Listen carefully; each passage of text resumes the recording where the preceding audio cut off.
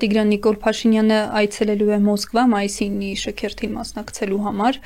եւ սա առիթ է եւս մեկ անգամ անդրադառնալու Հայաստան-Ռուսաստան հարաբերություններին եւ ինչ է կատարվում այս պահին հիմա մի կողմից նման հրավեր է ընդունում պատրաստակամություն է հայտնում բայց իշխանական եւ մերձ իշխանական գործիչներ այլ հայտարարություններ են տարածում հայ-ռուսական հարաբերությունների վերաբերյալ փորձենք հասկանալ որ փուլում են իրականում հայ-ռուսական հարաբերություններն այս պահին Այո, հայ-ռուսական հարաբերությունները, ինչպես գիտենք, վերջին տարիների ընթացքում, մասնավորապես 2022 թվականից սկսած, լրջագույն ճգնաժամի մեջ են գտնվում, եթե խոսքը գնում է ռազմաքաղաքական հարաբերությունների մասին, բայց մյուս կողմից տեսնում ենք, որ տնտեսական հարաբերությունները եւս ինչ-որ աննախադեպ աճ են ապրում, այս բոլորը իհարկե պայմանավորված է ռուս-ուկրաինական պատերազմով, որը մի կողմից մեր տարածաշրջանում անվտանգային վակուում ստեղծեց, Ռուսաստանը սկսեց չկատարել իր պարտավորությունները, չնայած մինչ այդ էլ չէր այդքան լավ կատարում,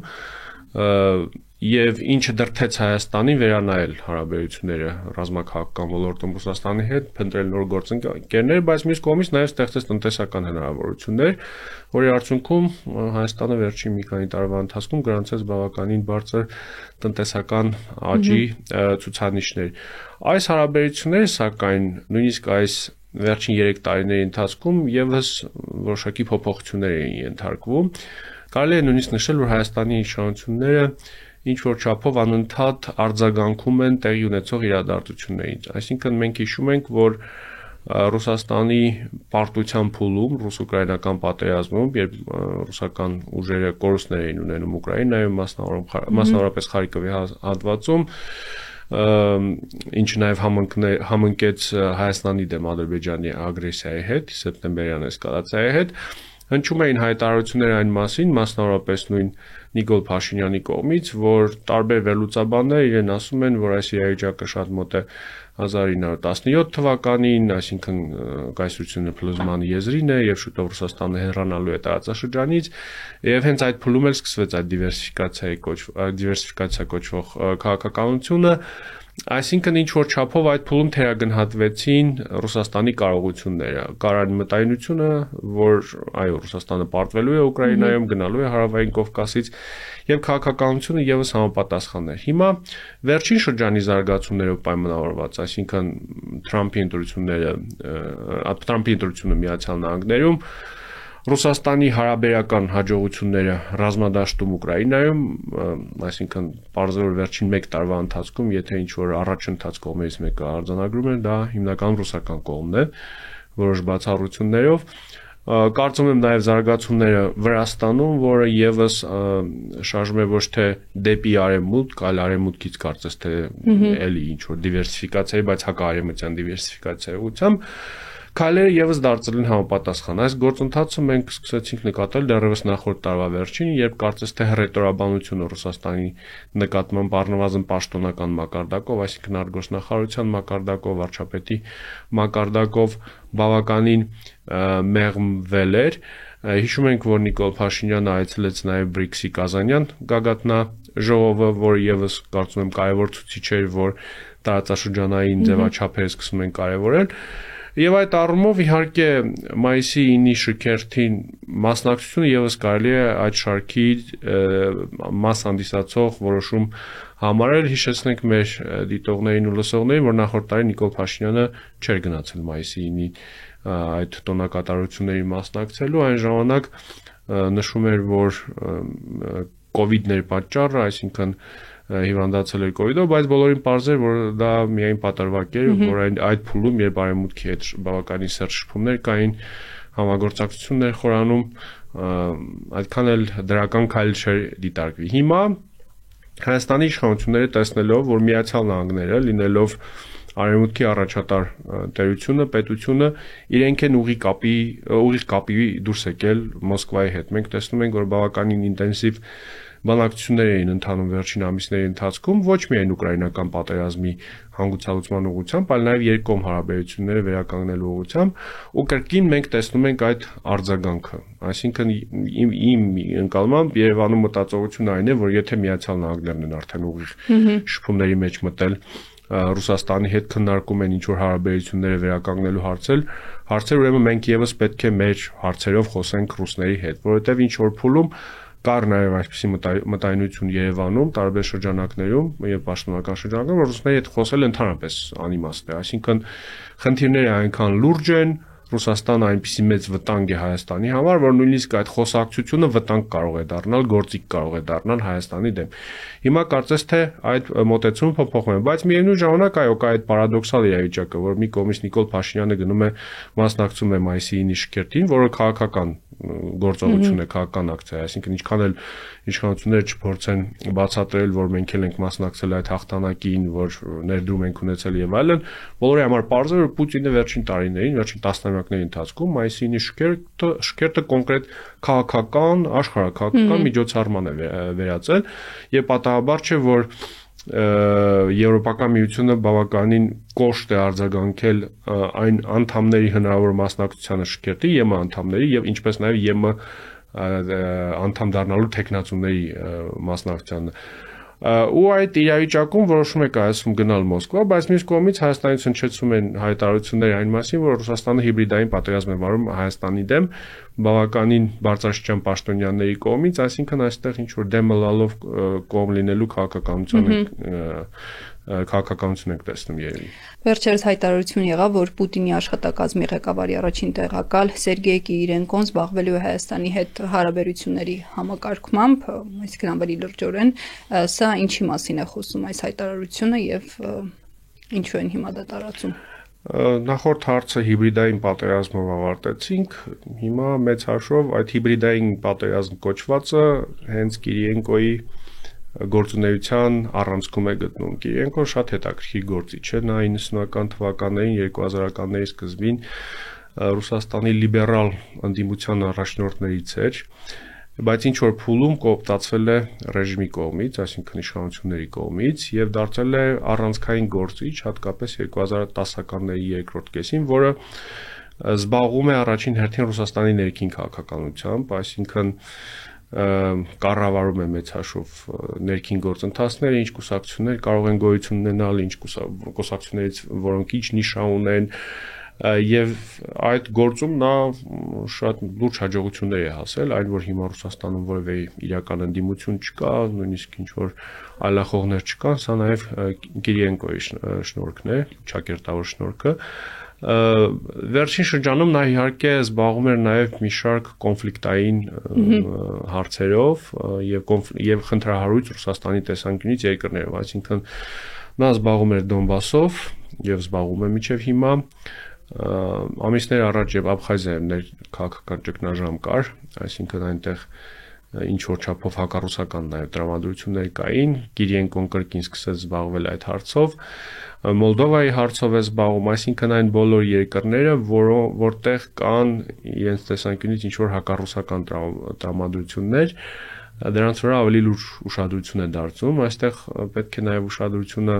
սևեռել այն հանգամանքին, որ անկախության տարիներից ի վեր Հայաստանով եւ ոչ հետխորհրդային տարածքով Ռուսաստանում զբաղվում է ոչ թե արտգործնախարարությունը, որը պետք է տրամաբանությամբ զբաղվի հարևան երկրների հետ հարաբերություններով, այլ տարբեր ներքին կառույցներ, նախագահական ադմինիստրացիան, FSB-ն,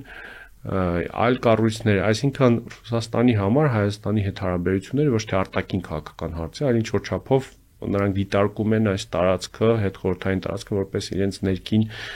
խնդիրների մաս ու այստեղ այո, կարծում եմ բավականին լուրջ ակտիվացում է լինելու ռուսական տարբեր գործիչների, խոսույթների, նարատիվների, մենք շատ լավ տեսել ենք դա թե ինչպես է տեղի ունենում նույն Մոլդովայում, որտեղ իմ կարծիքով օբյեկտիվորեն Ռուսաստանը ավելի լուրջ աջակցություն ունի, այսինքն այնտեղ երկիրը կարելի ասել երկու կեսի է բաժանված, պրոռուսական եւ պրոարևմտյան, Հայաստանում կարծում եմ իրավիճակը այդ առումով իրենց համար ավելի բարդ է, որովհետեւ վերջին տարիների ընթացքում 2020 թվականի պատերազմից հետո 22-ի էսկալացիայից եւ Արցախի էթնիկ զտումից հետո իհարկե հանրային կարծիքը Ռուսաստանի վերաբերյալ կտրականապես փոխվել է, եթե նախկինում բնակչության 80%-ից ավելի Ռուսաստանին գլխավոր ընկեր էր համարում, հիմա այդ թիվը 30% է տարբեր հարցումներով, 40% էլ վտանգ է համարում։ Այսինքն բավականին դժվար աշխատանք է լինելու, բայց զուտ ժամանակային առումով իհարկե բավականին հարմար պահ է ռուսների համար, որովհետև մենք տեսնում ենք, որ քաղաքացիական հասարակությունը մեդիան կարող է բավականին լուրջ խնդիրներ ունենալ Միացյալ Նահանգների կողմից վարող քաղաքականության արդյունքում, այսինքն այդ արտաքին աջակցության կրճատման կամ վերացման պատճառով USAID-ի այլ տարբեր հիմնադրամներ եւ այդ դաշտը, որը բաց է մնում, կարող է գրավվել հենց ռուսական տարբեր գործիչների կապիտալի կողմից, այսինքն կարող են դաշտը լցնել պրոռուսական ինչ-որ ինֆլուենսերներով, բայց այստեղ այս հիբրիդային գործիքների մասին խոսելիս, որը կարծում եմ բավականին լուրջ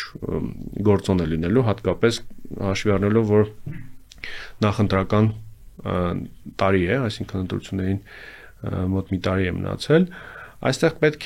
իհարկե պետք է քայլեր ձեռնարկել այս ամենը զսպելու, այս ամենը հասկանալու առաջին ուղղությամբ, այսինքն ինչ են ուզում, ինչ նարատիվներ են ուզում առաջ տանել, հետաքրքիր է, որ Վեդոմստի հոդվածում նշվում էր, որ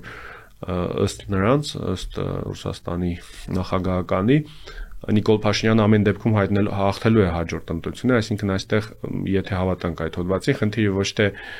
իշխանության գալն է կամ իշխանությունը փոխելն է, այլ ավելի բարենպաստ մթնոլորտ Ռուսաստանի կամ ավելի բարենպաստ դիսկուրս Ռուսաստանի նկատմամբ ձևավորվելն է։ Այդ առումով իհարկե կարևոր է շատ այդ ամենի մոնիտորինգ անել, հասկանալ թե ինչ են անում, ինչ կապ կա տարբեր աղբյուրների միջև տարածվող ինֆորմացիայի միջև, բայց այստեղ գլխավոր դիլեման լինելու է այն, որ շատ գործիչներ Հայաստանում ռուսական այս գործողություններին դիմակայելու գործընթացը կարող են վերածել իշխող ուժի աջակցության գործընթաց։ Այսինքն կարող են նշել, որ քանի որ ընդդիմությունը մեծ հաշվով պրոռուսական է եւ Ռուսաստանը օգտագործել է ընդդիմությանը, միակ տարբերակը քաղաքացիական հասարակության համար եւ տարբեր անկախ շրջանակների համար այս ամենին դիմակայելու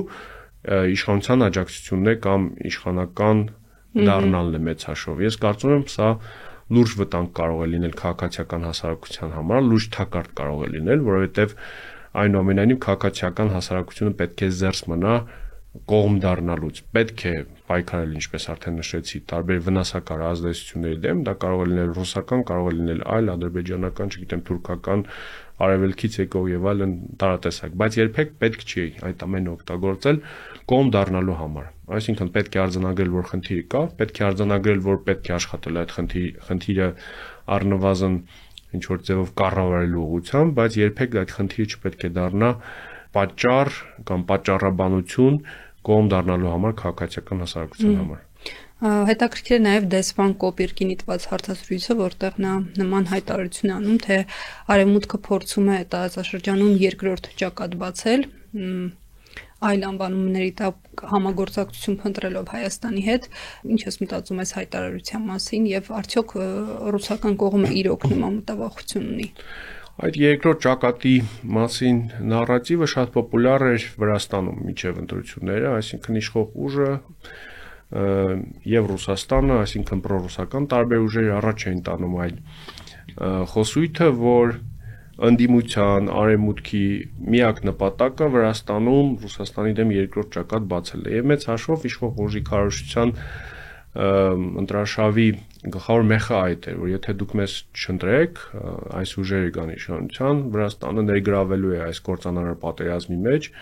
դառնալու է կրկին թիրախ Ռուսաստանի համար եւ բնականաբար նոր կորուստներ է ունենալու։ Այսինքն սա արդեն օգտագործված խոսույթ է հարևան երկրներում եւ հետաքրքիր է, որ դեսպանի մակարդակով այն հնչեցվում է եւ հայկական հենց մեդիա դաշտում հնչեցվում է, այսինքն պարզ է խոսում ենք նոր պետք է հասկանալ ինչ նարատիվներ են օգտագործելու ընտրություններին ընդառաջ, դա կարող է լինել նարատիվներից մեկը եւ այդ ողջ հարցազրույցի մեջ այս գաղափարը կար, որ Հայաստանը արևմուտքի հետ հարաբերությունները խորացնելով կարող է վտանգել իր ինքնիշխանությունը, տնտեսական բարեկեցությունը։ Ես կարծում եմ, որ ռուսները չափից շատ լուրջ են ընդունել նաև Հայաստանում վերջերս ընդունված այդ օրենքը եվրոպական ինտեգրացիայի վերաբերյալ, այսինքն մենք տեսնում ենք, որ բավականին մեծ ակտիվություն կա այս թեմայով, տարբեր պաշտոնյաներ, փորձագետներ գալիս են Հայաստան եւ փորձում են համոզել, թե ինչպիսի կործանարար ազդեցություն կունենա Եվրասիական տնտեսական միությունը լքելը, Եվրոպական միությանը միանալը, այստեղ կարծում եմ պարզ է, որ նման օրակարգ այս պահին չկա եւ մոտ ապագայում չի կարող լինել, որովհետեւ բավականին լուրջ խնդիրներ կան դեռևս եւ տնային աշխատանք ունի Հայաստանը եւ սա թերեւս տեսական խոսակցություն է եւ առաջին հերթին, ինչպես քննարկել ենք նախկինում, ներքաղաքական բնույթ ունեցող խոսակցություններ։ Հետաքրքիր է Պիրկինը այդ դիվերսիֆիկացիան արտաքին քաղաքական, որով կարելի է բնութագրել Հայաստանի քաղաքականությունը վերջին տարիներին, եւս արևմտյան ինչ որ հնարք է անվանում, այսինքն նա պնդում է, որ Ռուսաստանը դեմ չէ տարբեր երկրների հետ Հայաստանի հարաբերությունների խորացմանը, բայց այդ դիվերսիֆիկացիայի գործընթացը անվանում է հակառուսական քայլ, եւ սա մտահոգիչ է, որովհետեւ այնուամենայնիվ դիվերսիֆիկացիայի մեջ պետք չէ տեսնել որևէ վտանգ, այսինքն աննորմալ է տեսնել ինչ-որ վտանգ, նույն տրամաբանությամբ, եթե նայենք այլ պետությունների հարաբերությունների, Ռուսաստանի հարաբերություններին, չնայած պարզ է, որ խոշոր պետությունները, խոշոր տերությունները ավելին կարող են իրենց թույլ տալ, քան ավելի թույլ ու փոքր պետությունները, բայց այնուամենայնիվ Ռուսաստանը եւս, եթե մեր տարածաշրջանին նայենք, հարաբերություններ փորձում է կառուցել բոլոր պետությունների հետ եւ ինչ որ Պարագայում նույնիսկ դաշնակցային հարաբերություններ ունեցող երկրների հաշվին, այսինքն եթե նայենք Ռուսաստանի հարաբերությունները Ադրբեջանի եւ Հայաստանի հետ, Հայաստանը իհարկե պրետենզիաների համար շատ ավելի մեծ հիմքեր ունի, քան այն ինչ Ռուսաստանն է հիմա անում, բայց ամեն դեպքում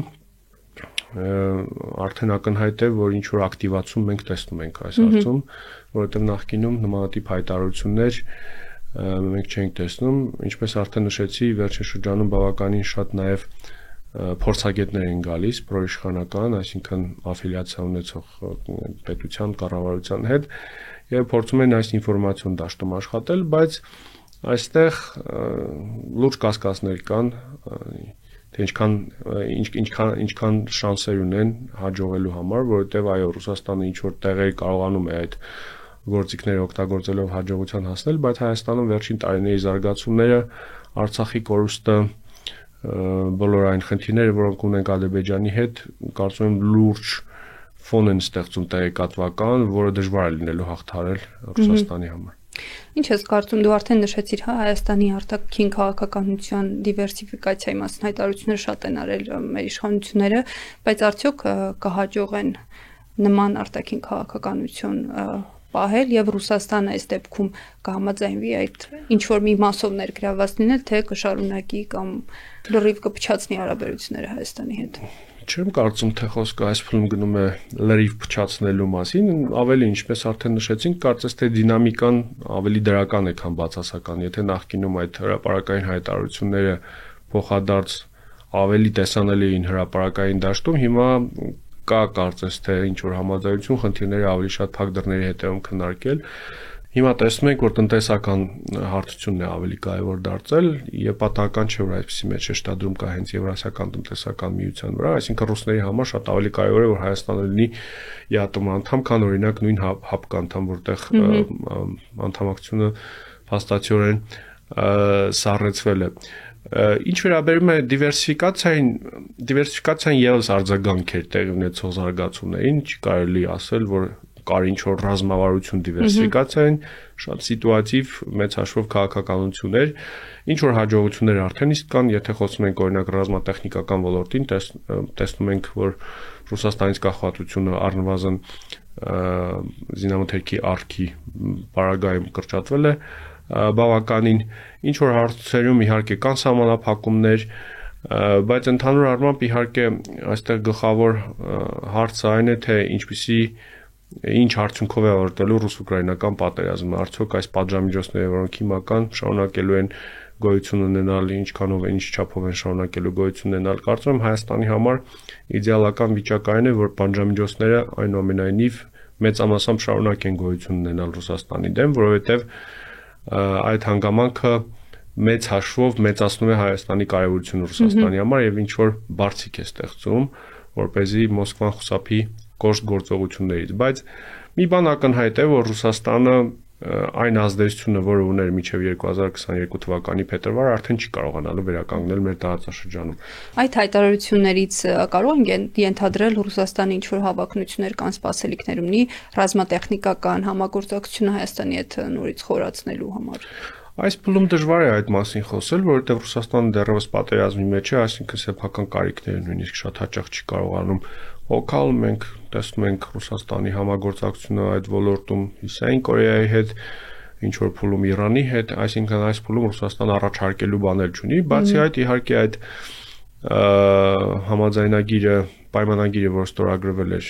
զինամթերքի զենգզինամթերքի ձեռքբերման վերաբերյալ 2021 թվականի, երբ Հայաստանը գումար էր վճարել եւ փոխարենը ոչինչ չի ստացել կամ համարյա ոչինչ չի ստացել, լուրջ կարծում եմ հետք է թողել այդ ոլորտում համագործակցության վրա, այսինքն Ռուսաստանը կորցրել է հուսալի